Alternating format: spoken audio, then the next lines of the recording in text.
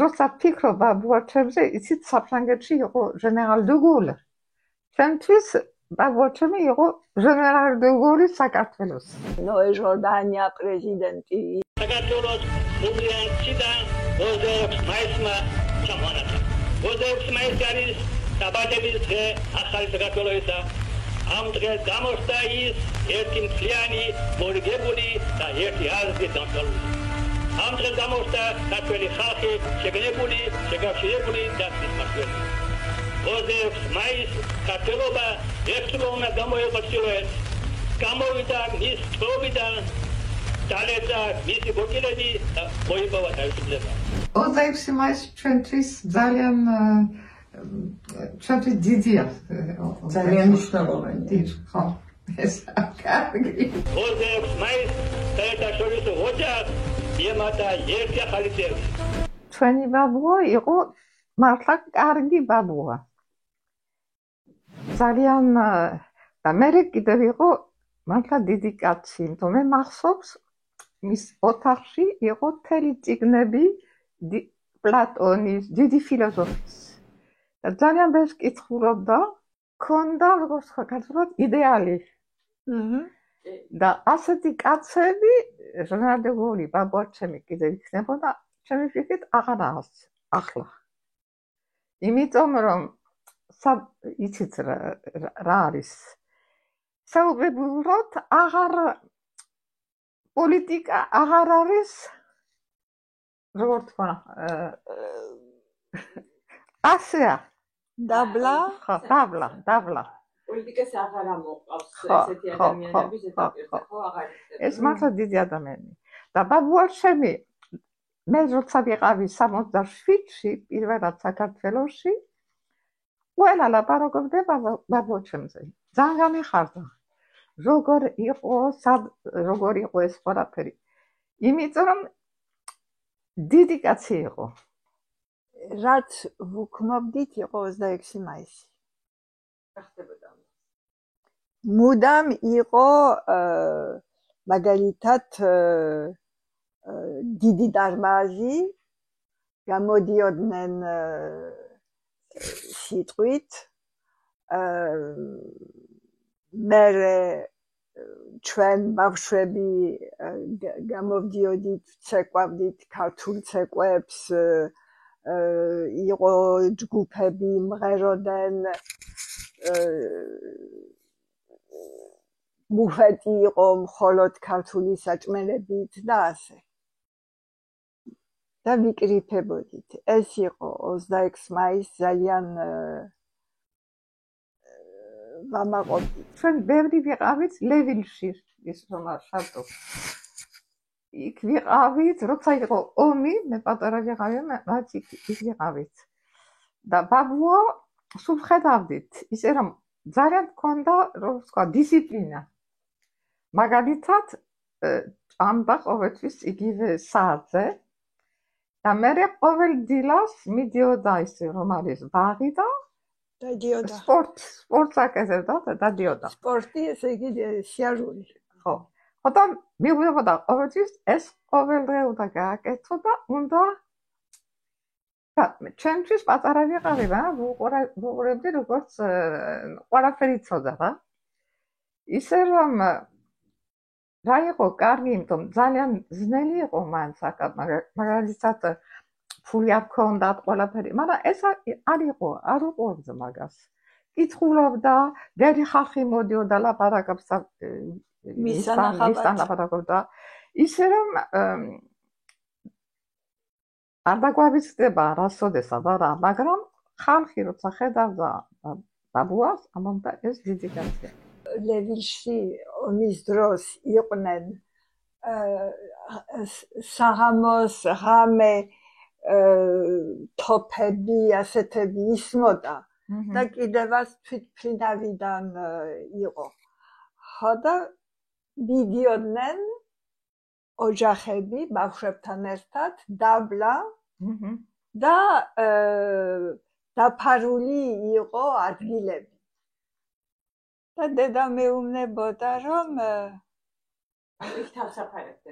თავსაფარებდნენ და ბაბუ უყარაულებდა თუ ყველა კარგად და მაგრამ თვითონ მე ადიოდა მის ოთახში და ეძინა მის ოთახში არ ფარავდა თავის თავს.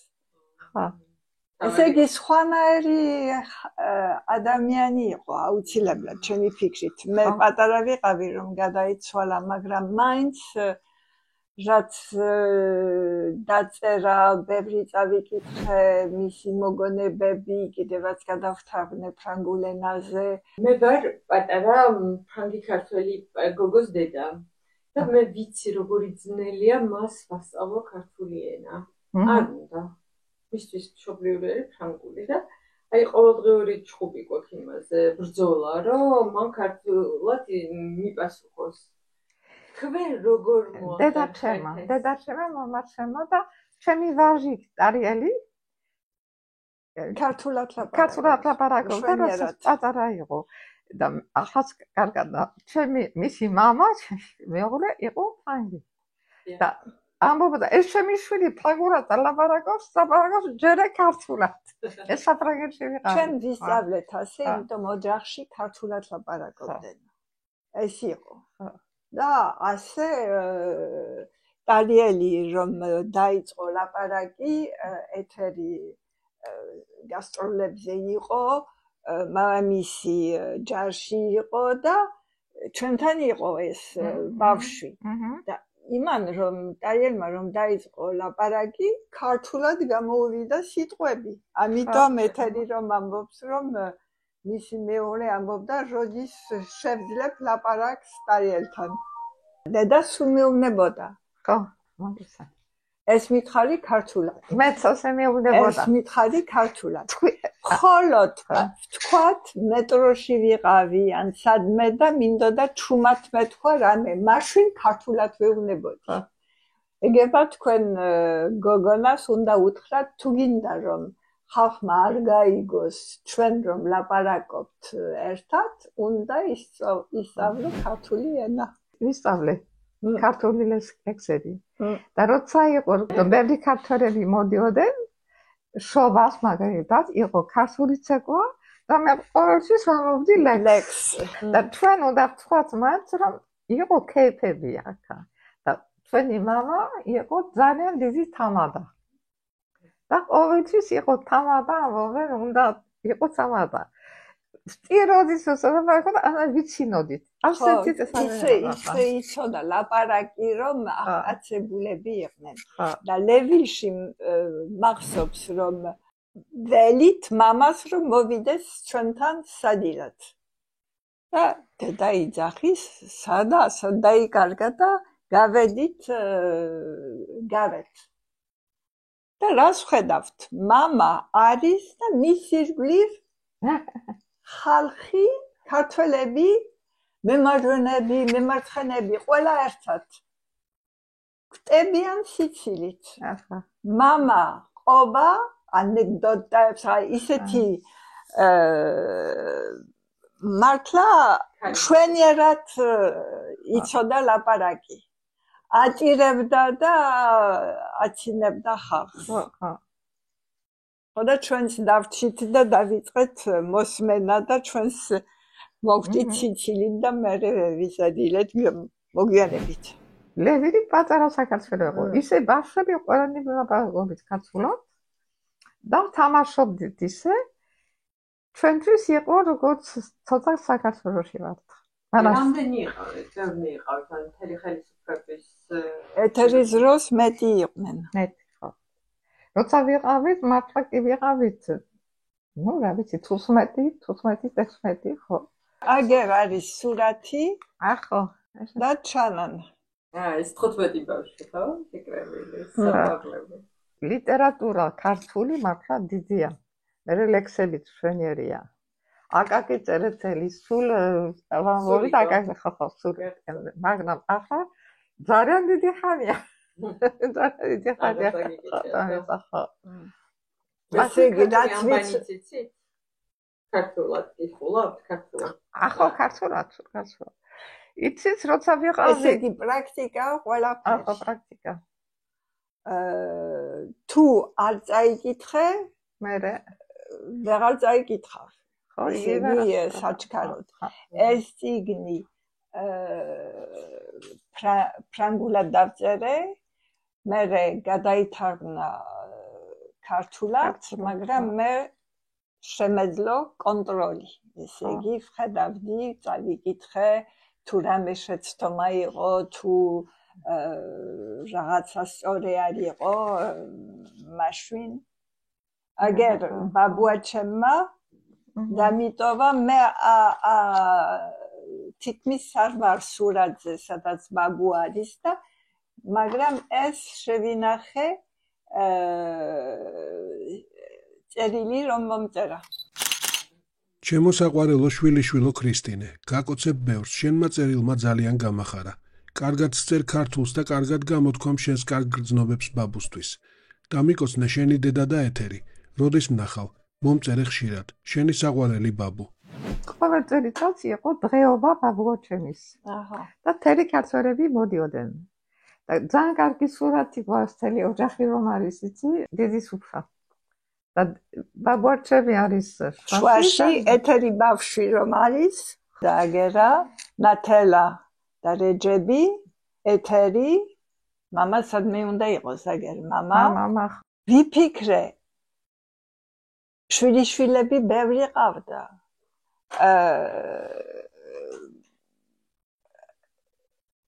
მაინც უნდა იცოდნენ ვინ იყო ბაბუა მათი. იმიტომ რომ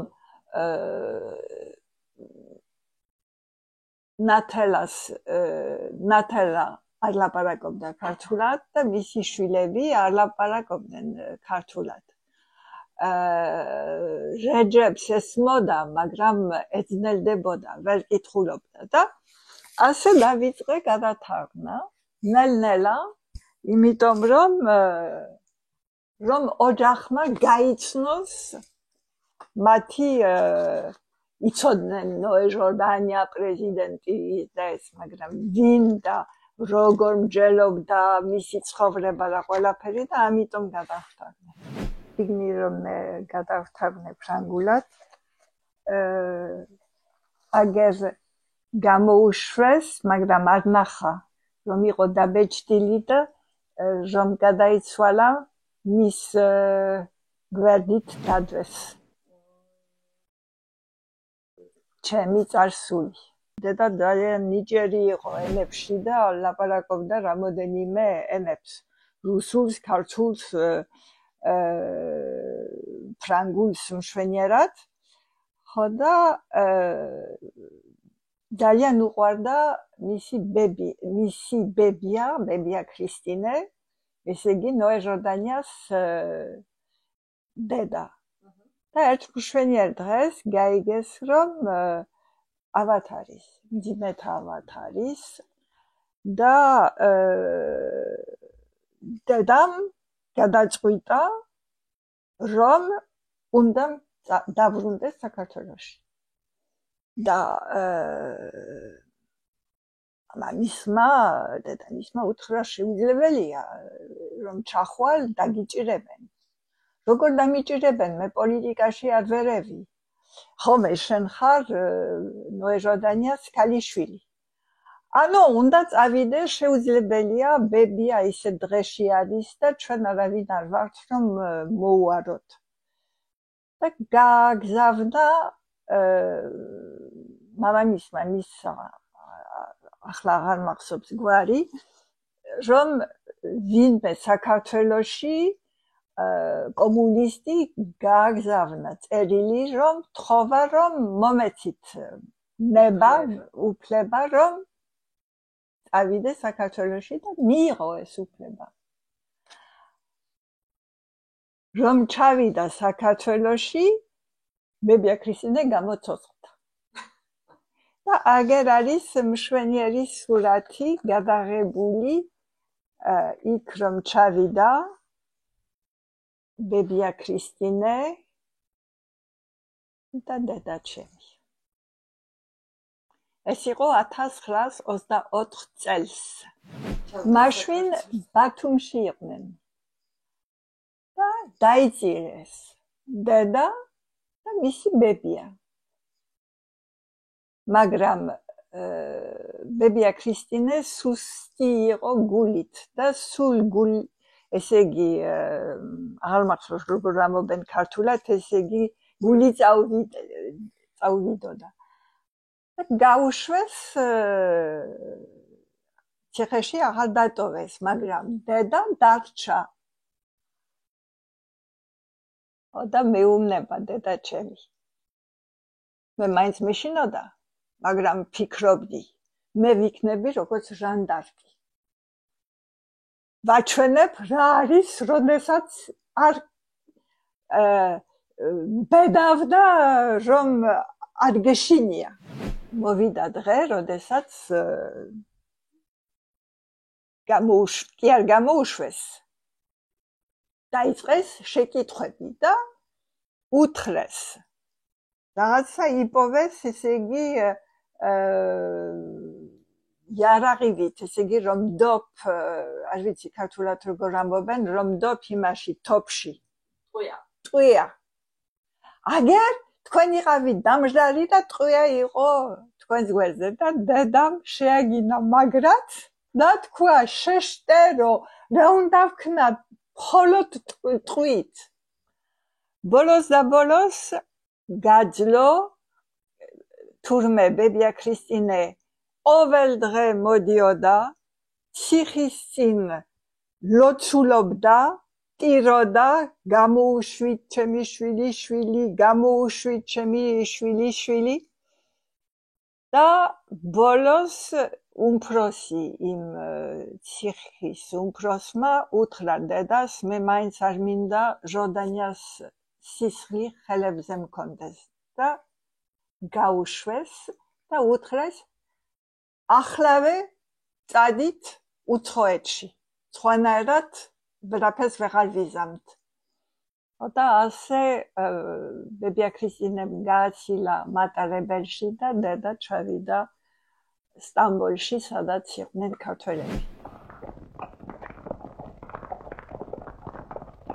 რას ამბობდა ბაბუ? როგორ მოვიდა პირველი ცნობები, რომ ხდებოდა? ანუ ჯერე სომხეთს დაედაკენ და მერე სომხეთიდან შემოვიდნენ საქართველოში. და რასაც პრობლემა იყო, რომ საყოფად იარაღები არ ჰქონდათ საქართველოში.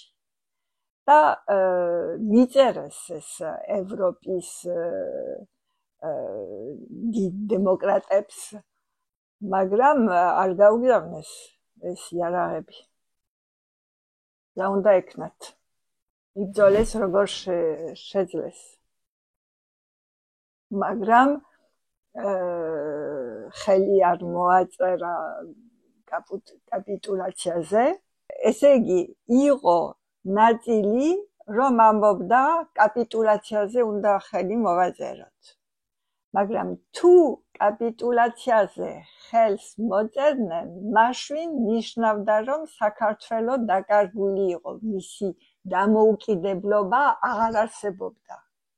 და გადაწყვიტეს, რომ ნიზღემში ხელს არ მოაწერენ კაპიტულაციაზე. და მაშინ უნდა წავიდეთ საზღვარგარეთ და საზღვარგარედან გავაგრძელოთ ბრძოლა. სად წავიდეთ? საფრანგეთმა შესთავაზა, ინგლისმა შესთავაზა და რადგანაც საფრანგეთი იმ დროს დიდი რეპუტაცია ჰქონდა რა, წავიდნენ და დასახლდნენ საფრანგეთში. აი ახლა დღესაც დამოუკიდებლობა მოვიპოვეთ და ისე რაღაც საფრთხეები გაჩნდა რუსული ოკუპაციის. რა პარალელებს გაავლებდით და აი რა გაფრთხილებას მისცემდით ქართველებს? მე არ მესმის როგორ ეს ამბავი მოხდა. მართალია რომ საქართველოში არ ვიყავი, როდესაც მოხდა ეს ამბავი, რომ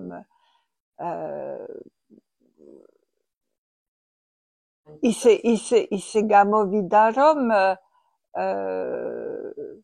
პრეზიდენტი, აღარა პრეზიდენტი ასამბლეაში არიან უფრო რუსოფილები, ესე იგი და ხალხი გამოდის ქუჩაში და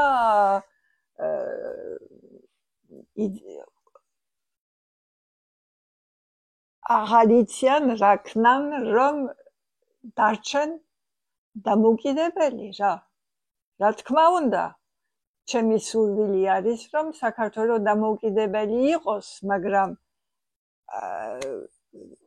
ვერ გავიგე რა მოხდა რომ ასე დაიჩაგრა საქართველო არის ისეთი ოკუპაცია შესაძლებელი რომ არ დააყენონ რუსები მაგრამ დააყენონ ქართველები რომელნიც არიან მათი მონები ესაა პრობლემა და თქვენ გონიათ რომ ეხლა არიან ესეთი ადამიანები საქართველოში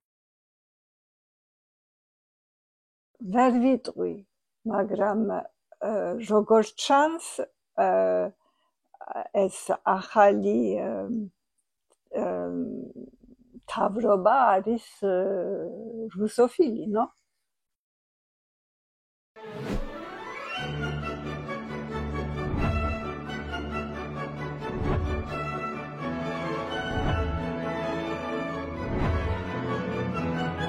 პატარა შვილიშვილზე ძალიან ამაყობდა ეთერით, იმიტომ რომ მე მაშინ დაბადებული არ ვიყავი, მაგრამ ეთერი მაჩვენა რას შემდეგ რას წერდა ბაბუა, ხო და ისიც უნდა ვთქვა, რომ ეთერი ფენომენი იყო, ისიც, იმიტომ რომ ისე ადრე დაიწყო ცეკვა და ბაბუსაც მოსწონდა რას აკეთებდა მისი შვილიშვილი.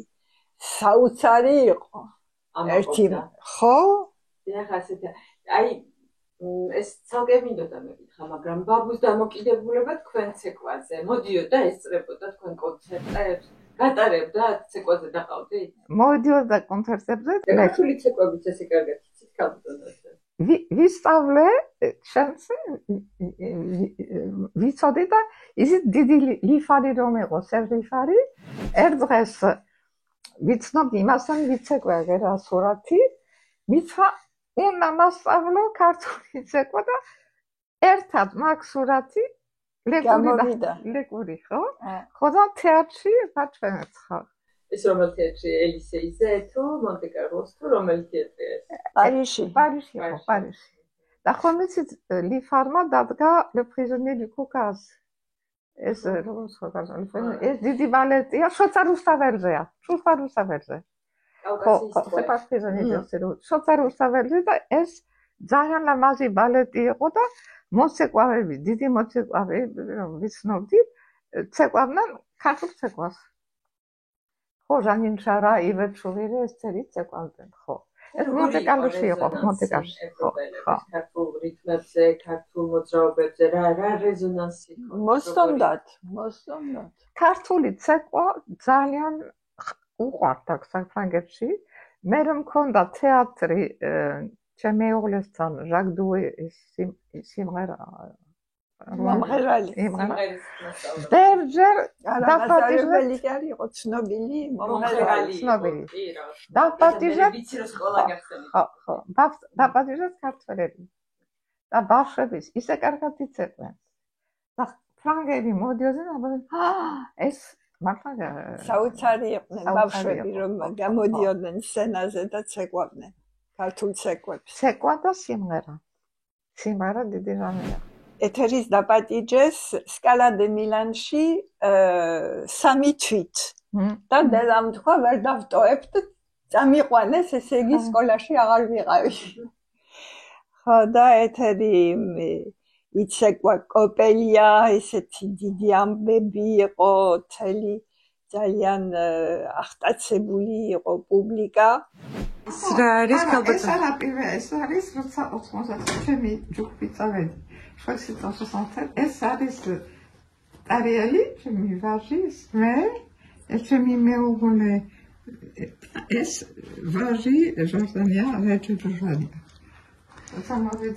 და როგორი იყო შთაბეჭდილებები?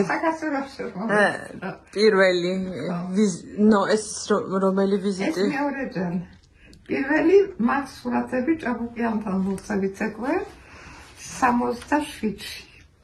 ეთერიკო ხომ გაქვს სურათები პირველად არის არა მამას დედასთან. ხო, ეს სურათები მაქვს ხო. იმიტომ რომ ეთერი რომ ჩავიდა საქართველოში, ეს იყო პირველი კონტაქტი ქართული მამას ოჯახთან. ხო. ისე იგი მამამისი გადაცვალებული იყო, მაგრამ დედამისი იყო ცოცხალი. ფილმი გვაქვს ხო? ფილმი. გადაღებული ხო. და როგორ შეგხვდა საქართველოში? როგორ შეგხვდა? აღტაცებულები. აღტაცებულები. ეს არის.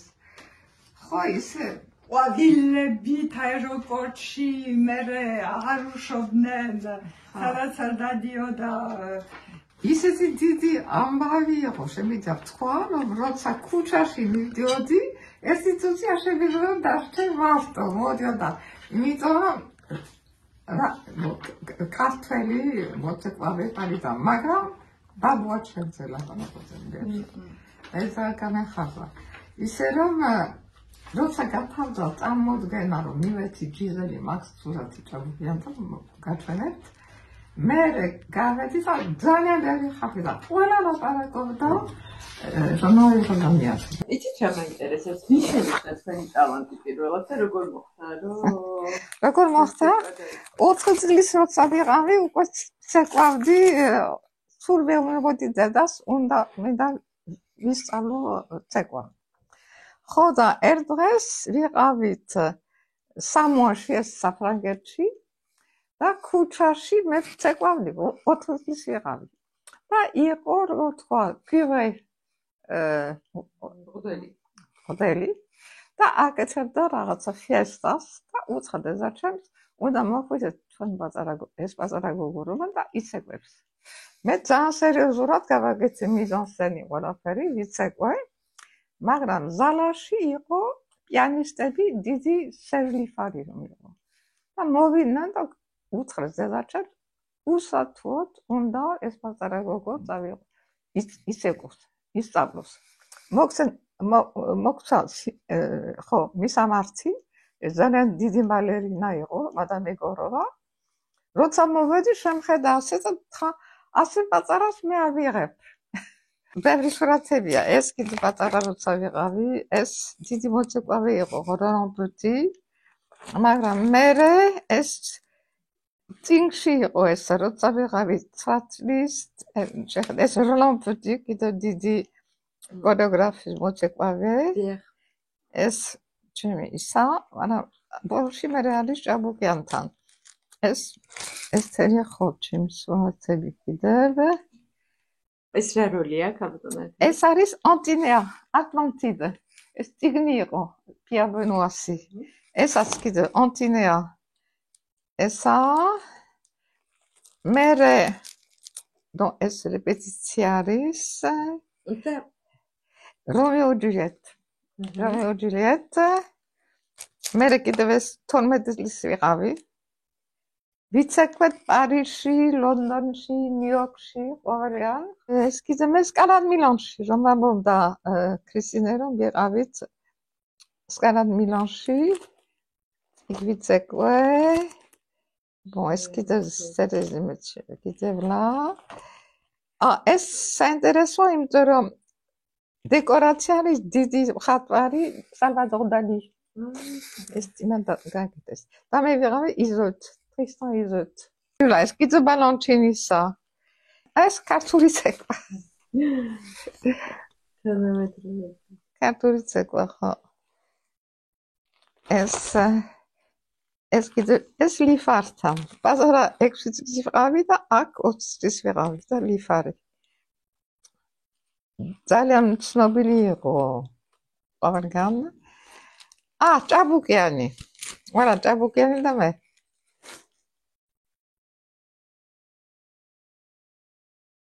ეს ჟიზელი ხო. და როგორი პარტნიორი იყო ჭაბუკი? გადასარევი. როცა ვიცეკვე მასთან 60 წლის იყო. ნახეთ რა ხარგაზდა იყო? ხო. აქ 60 წლისა. და 60 წლის როგორ ცეკვავდა? ძალიან კარგად. ძალიან კარგად. და ძალიან კარგი პარტნიორი იყო კიდე.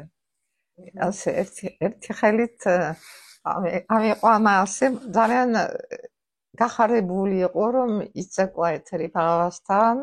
მე მაინც თქვა რომ პატარა შვილი ნოჟორდანიას თქვა მაინც. ხო და როგორც თქვი ხალხი ლაპარაკობდნენ ყველაფერზე ასე და მივდიოდი ქუჩაში, შემეძლო წასვლა ქუჩაში. ყველა მოდიოდა ეცერი პავა და ისე რომ ასეთი მიღება არასდროს არ მქონდა, მაგრამ მე როგორც ამბობს ქრისტინე, ნახე ჩემი ბებია, რომ არ ვიცნობდით, იმიტომ მამა ჩემი 17 წლის იყო, როცა მოვიდა საფრანგეთში, აზრიებში. არასოდეს არ დაბრუნდა, არასოდეს არ ნახა მისი დედა. და მე ვიდინე მამა ჩემის ლოგინში. ისე ხო. ჭათურაში ხო. იქ წავედი და ყველანი მოვიდა, კი მაქვს სურათები ასეთი ჭათურაში და მაინც ცეკვა იყო, მაგრამ ოჯახის და საქართველოს ნახვა. იცი უნდა დავლიოთ რამე, მაინც უნდა დავლიოთ. იმიტომ რომ თუ არ დავლიოთ, მაშინ სალტე საინტერესო გადაცემების და მართლა ლონგი წარმატება ხო. აბა ეთერიკო ვუსურვებთ on times წარმატებას. დიდი წარმატება. იცოცხლეთ. იცოცხლეთ ხო. ძალიან დიდი მადლობა ყველაფრისთვის, ქართულად ასე კარგად საუბრისთვის, მიუხედავად იმისა, რომ საფრანგულ გარემოში გიწოთხოთ და ქართული კულტურის და ისტორიის ასე შენახვისთვის, იმიტომ რომ თქვენ და ქალბატონი ქრისტინა ხართ ჩვენი მოსიარულე მემატიანეები. შემოვნებთ.